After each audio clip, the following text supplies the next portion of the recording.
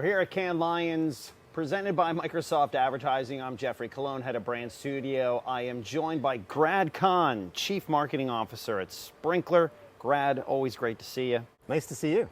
So let's talk a little bit about social data. I know it's a big passion of yours. It's been something that you've spoken on for many years and a lot of the thought leadership that I've read from you.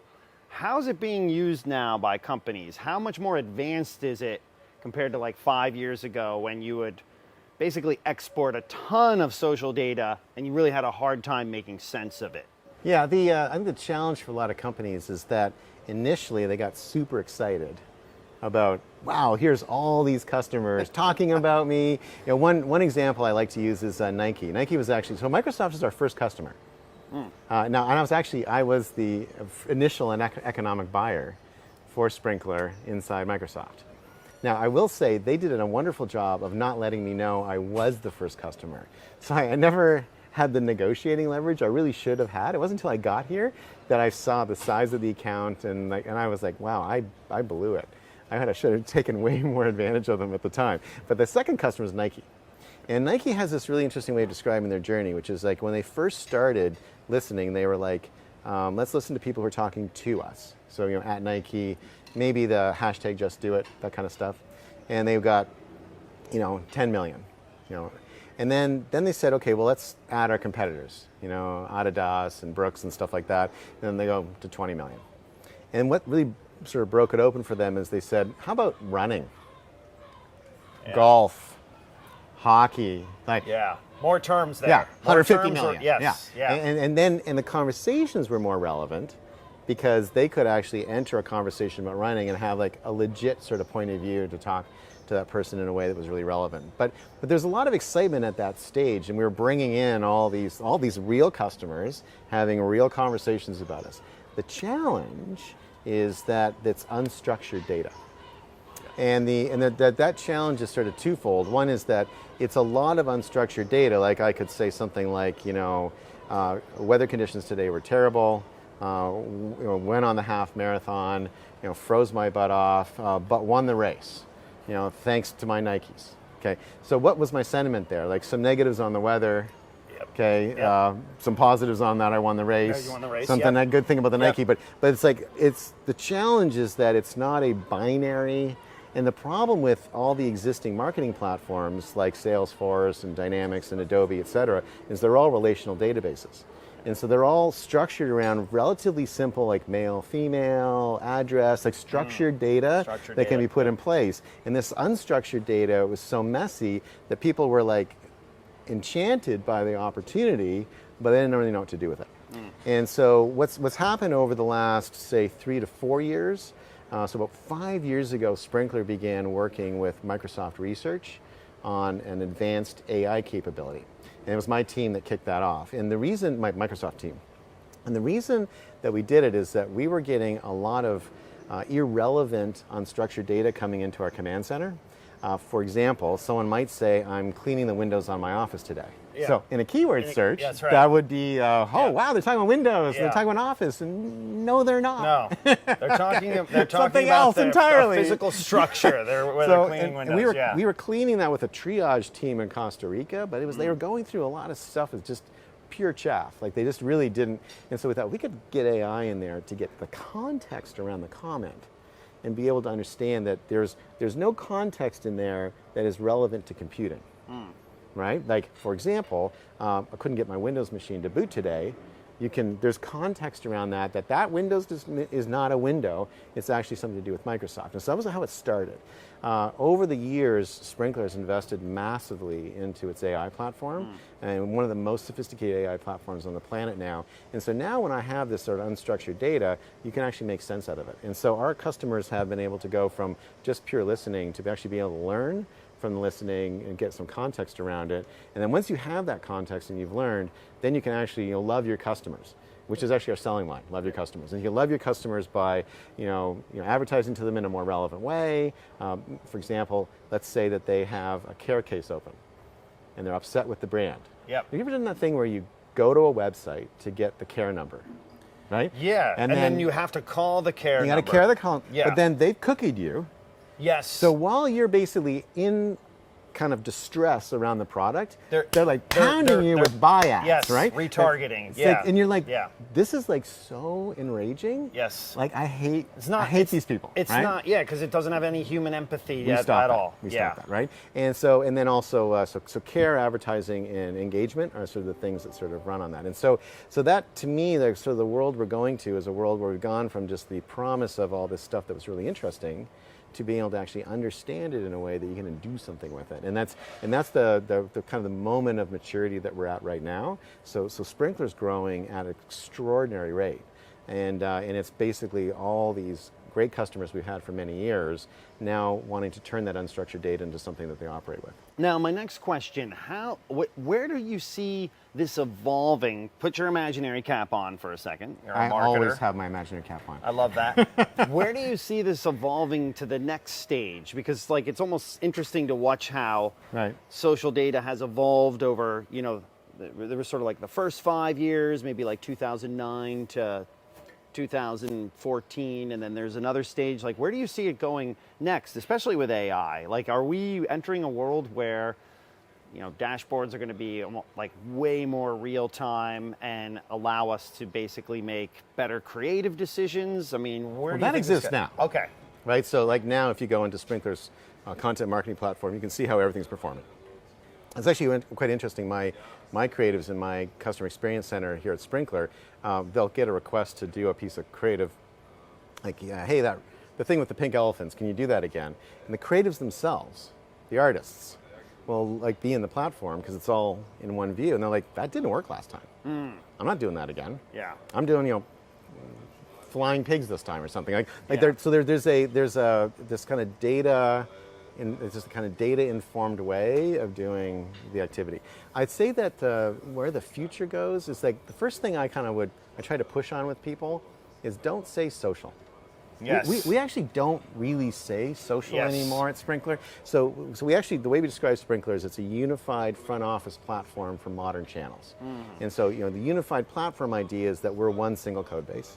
And by having everything on a single code base, everything is integrated. Front office is all the customer-facing functions of an organization. So marketing, engagement, care, research, advertising. And then modern channels is essentially all the channels that have been invented in the 21st century. So social is part of that, but so is messaging. And messaging is getting Bigger. Oh yeah. So starting in Very big. September, Google is going to put the messaging contact for businesses in any business search. So messaging, as at this moment in time, there are 60 billion messages being generated every day. 60 billion a day. There's only 7 billion people on the planet. Yeah. 9 billion messages a day are being sent to businesses today. When Google does that, and I'm sure Bing will follow right away, and Apple's going to have it, we're going to have a spike, and so messaging will become really dominant. You need to have a platform to manage that centrally. There's also chat. Like everyone's got chat on their websites right now. That's more unstructured data. Yeah. Then you've got all of the blogs. Oh, and voice. Well, I'll get to that in a Oh, second. okay, good. Blogs, I want to touch on that. Forums, Yes. review sites. There's 350 million of those. Those are also pulled in to Yes, Sprinklr, yes. right? And then you've got apps. So Yes. Nike, I'm talking about Nike again for Yeah. a second. So their apps are very highly used because people use them to train. Lots of data going into them. Yep. Lots of data being pushed out. So anything, Yep. any content you see in a Nike app came from Sprinklr, and then there's a bi-directional connection.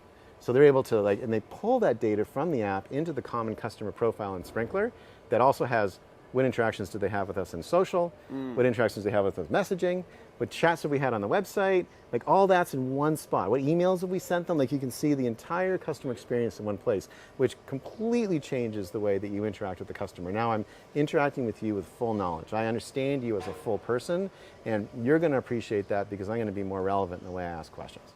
Interesting. We're speaking with Grad Conn, the Chief Marketing Officer at Sprinklr. Let's touch on voice for a second, because that's a big part. I mean, I loved how you introduced me for a second time there. That was really oh weird. yeah, it's called resetting the frame. We're resetting the frame. At least you said it the same way. Oh, It's yeah. kind of weird if I changed my role or something, Maybe CEO next time. That'd be CEO, fun. yes, And then yeah. COO, and then we'll Yes, just keep shaking it up. We'll sort of, set the course for your career here. Actually, I do not want to be CEO. That's the worst job on the planet. CMOs the best job. What about voice here? Like, I mean, because we're That's talking. coming. That's coming. Yeah, So yeah. you do think Yeah. that is an open area? The history of computing, right? So that if you think about like, you use a QWERTY keyboard, I assume, on your Surface, yep. right? So why is the QWERTY keyboard composed the way it's composed? How did they choose that arrangement of letters? It's not alphabetical. It's because I guess it's based off natural language, conversational language. I don't know. No. You stumped me. Dude, like go back to the 1800s. Oh my gosh. So remember typewriters? Yeah. Yes. Okay. So the way Yes. typewriters work is you press a key, Yeah. and then mechanically there's a striking arm. That Yeah. goes, It right, goes this way. Yep. If you press two, like if you ever use a typewriter, if you press the keys too quickly, or you press two that are the striking arms, They jam up. Jam up. Okay. Yep. So what they did for the QWERTY keyboard is they said, what are the most popular letters in terms of the English language, and let's put the most popular letters as far apart from each other as possible. So the Interesting. QWERTY keyboard is optimized for the limitations of the machine, the mechanical machine, and de-optimized to the maximum extent possible for the human. Interesting. Now, there are Dvorak keyboards out there that are actually optimized for human input, but very few people have adopted those. And the thing about humans is we take a long time to adopt change. Yes. Like the first cars, what were they called? Electric buggies? Nope. I do not know. Really? I do not know. I should know this. Horseless carriages. Horseless carriages. That's right. Right. Okay. Like, so we're always bound to the past. We have a hard time as humans imagining the future. Future, The really yes. famous Henry Ford quote, which is when he asked like, how he invented the car, and he said, "If I had asked customers what they wanted, they would want a faster horse, right? That's right. That's right. No one would describe. Hey, what That's about right. inventing an internal combustion engine and putting it on wheels? Like, no one would come up with that, right? Yeah. And so the history of computing has been this sort of progress from through mechanical age. And so if you think about it, we've been mostly conforming our behavior to the machine. Yeah. So, the limitations of the machine. Then the mouse came along, right? So we went from sort of that text-based world to the GUI world. Yep. The mouse is like still not natural. Like they used to have courses in how to use a mouse. Yeah. Right? Do you remember Yeah. Minesweeper? Oh yeah. Okay. Do you know why they put Minesweeper into DOS? In Windows? No. Into Windows, actually, not DOS. Into Windows? No. Minesweeper was specifically put into Windows to train people on how to use a mouse. Interesting. Because there's little X's. That's right. To just figure out how to target. Yep. Okay? And Yep. because it's a little unnatural because there's a brain sort of hand thing that has to happen, right? And so the mouse made it a little bit more natural because you're pointing, which is like a human motion. But you're not pointing, you're actually still moving a thing that's not the pointer. Okay? So then you think about your Surface device. I don't know how you use your Surface device. I have a wonderful Surface Book. I freaking love it. And I am like sometimes on my trackpad, sometimes on my Surface Arc mouse. Okay. Yep. Sometimes on the screen. The touch screen. Yep. Sometimes I'm on my pen. I Yep. use my pen all the Yep. time. Yep. I'm using my face all the time. So gaze. So, Yep. and I can't even tell you why I'm switching between those modalities. Yes. But what's happening is that the machine gets more powerful. I'm actually retreating and becoming more human. Human. Okay. That's right. And so NUI, which is where we are today, and we're kind of moving that down the road. NUI is like get us close as we can to human interaction because the machines are now powerful enough and smart enough to understand us, right? So where we're going with social or data or modern channels is voice. Okay. Yeah. It's going to be gesture. Yeah. Right, like the connector's maybe a little bit early, but that's going to be coming. And so, how long is it going to be before you say, Alexa, call or Cortana? Sorry, Yep. apologize. Cortana, call Delta, change my flight. Yeah. Like you're not gonna log in. You're not even going to call. You're just going to get your voice assistant to help you with that. Yeah. And so making sense of that is going to be another amazing challenge. And so we're basically having to have more understanding of this unstructured human data as humans become more human in the way that they interact with machines. And it's actually kind of cool. Yeah. I mean, it is kind of cool. I mean, I think we're living at a time when we're literally, like the iPhone really was the true introduction of broad scale NUI.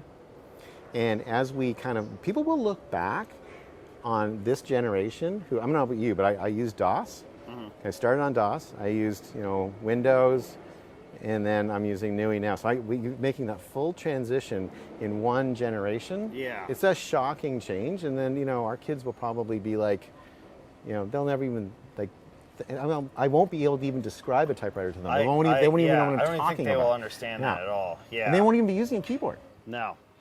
No, they're already not using the keyboard. So. Yeah. Well, listen, Grad Conn, Chief Marketing Officer for Sprinklr, thanks for joining us here. That was super fun. On Disruptive FM. Thank you. You've been listening to Disruptive FM with Microsoft's head of brand studio, Jeffrey Colon.